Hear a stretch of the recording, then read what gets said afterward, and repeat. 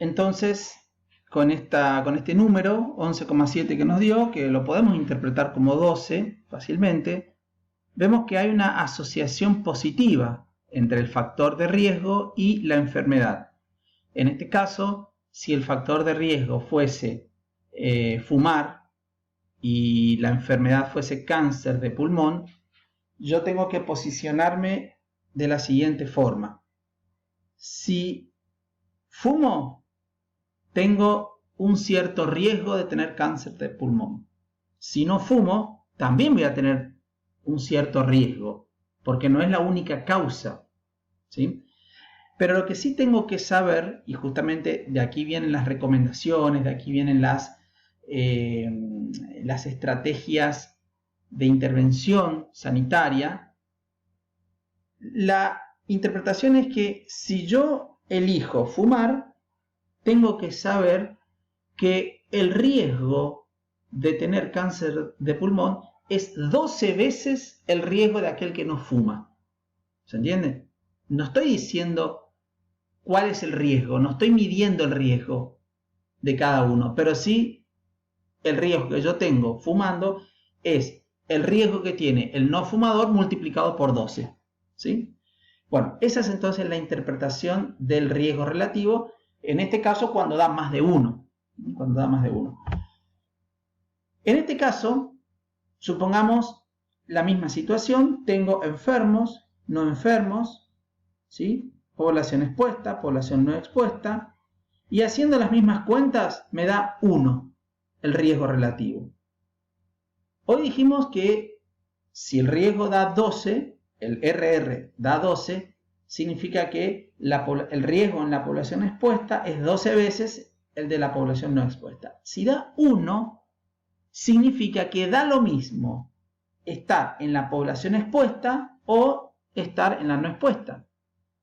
Cuando el RR es igual a 1, vamos a decir que no hay asociación entre el factor de riesgo y la enfermedad. Es decir, no podríamos estar probando nada. En este caso, acá dice, en la población expuesta el riesgo de sufrir la enfermedad es el mismo que en la no expuesta. Entonces, si yo tomo un daño que, por ejemplo, es el cáncer de pulmón y pongo como factor de riesgo, no sé, por ejemplo, vivir cerca de una fábrica, los comparo con aquellos que no viven cerca de esa fábrica, si el riesgo relativo me da 1 o me da cerca de 1, esto no es exacto, sino que 1,01, 1,2 o 0,99, yo lo puedo considerar como 1, estamos diciendo que el hecho de vivir cerca de la fábrica no está asociado al daño de sufrir cáncer de pulmón. ¿Sí? Entonces, de esta manera, cuando yo pongo un factor de riesgo, un posible factor de riesgo que está asociado a un daño, y el RR me da 1, significa que no puedo culparle a ese factor por ser causante de una enfermedad. Y después puede ocurrir lo contrario. Si yo hago acá el riesgo en la población expuesta dividido el riesgo en la población no expuesta y me llega a dar un número menor a 1, como en este caso 0,42, significa que la exposición hace que el riesgo se reduzca a la mitad. En este caso, 0,42 es casi la mitad. Entonces, ¿qué puedo decir? Que en la población expuesta, el riesgo de sufrir la enfermedad es de 0,42 veces el riesgo que tiene la población no expuesta. Antes era 12 veces más. Ahora ni siquiera llega a tener la misma probabilidad. Es menor el riesgo en la población expuesta que en la no expuesta. Entonces, cuando esto ocurre, vamos a considerar que ese factor de riesgo que yo puse en el estudio, en realidad va a ser catalogado como un factor de protección o un factor protector. ¿Entienden? Se transforma, gracias a este número, yo me doy cuenta que ese factor se transforma en un factor protector. Estar expuesto me da menos riesgo de tener el daño que en la otra población no expuesta. Entonces, como resumen, podemos decir que si el riesgo relativo es igual a 1, no hay asociación entre el factor de riesgo y la enfermedad. si el riesgo relativo es mayor a 1, hay una asociación positiva y tengo que interpretar como si RR me da, por ejemplo, 3, digo que en la población expuesta el riesgo de esa enfermedad es 3 veces que en la población no expuesta. O sea que cuando me da mayor a 1 hay una asociación, y si me da menor a 1, estoy diciendo que hay una asociación, pero negativa. En este caso, ese factor de riesgo se transforma en factor protector, ¿sí?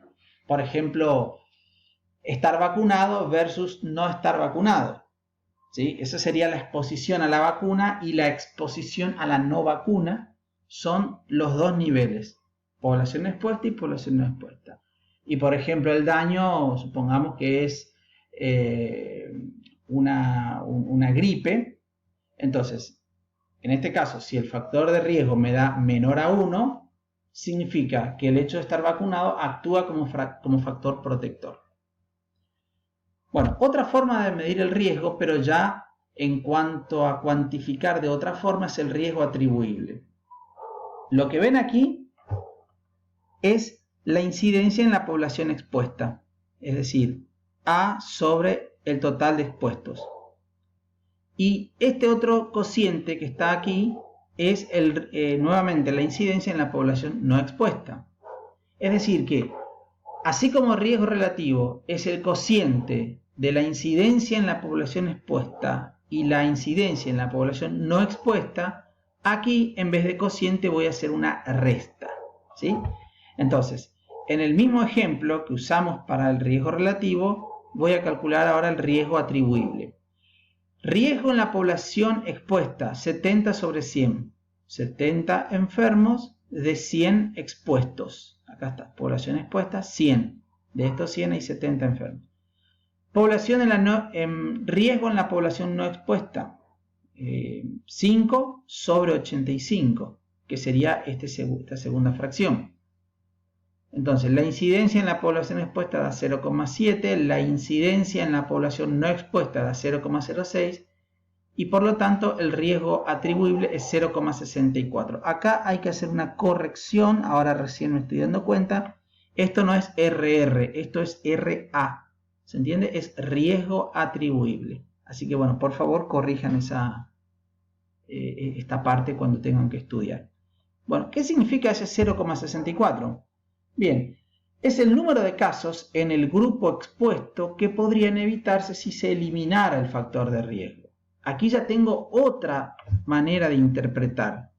Es decir, ¿qué beneficio me va a producir a mí eliminar el factor de riesgo? Por ejemplo, en una comunidad, si yo prohíbo fumar, ¿qué beneficio me va a producir? Pero en términos de personas que yo evito que se enfermen o personas que evito que se mueran.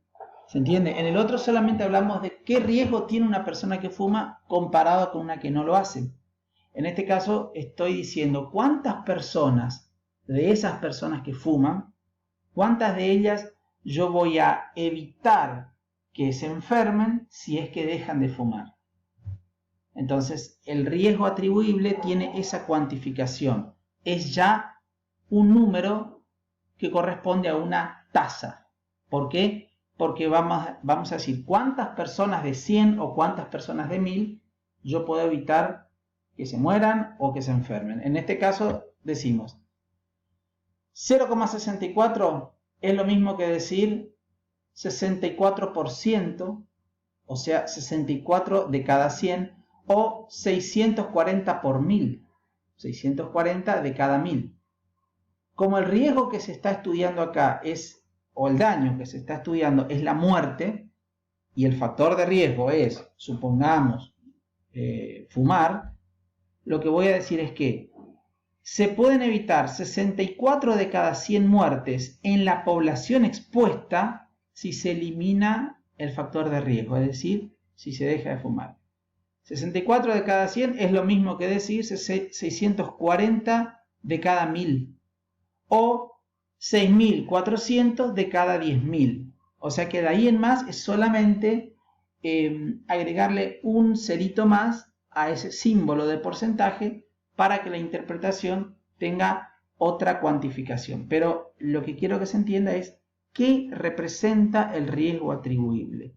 Representa los casos que podrían evitarse en la población expuesta en el caso de que elimine el factor de riesgo.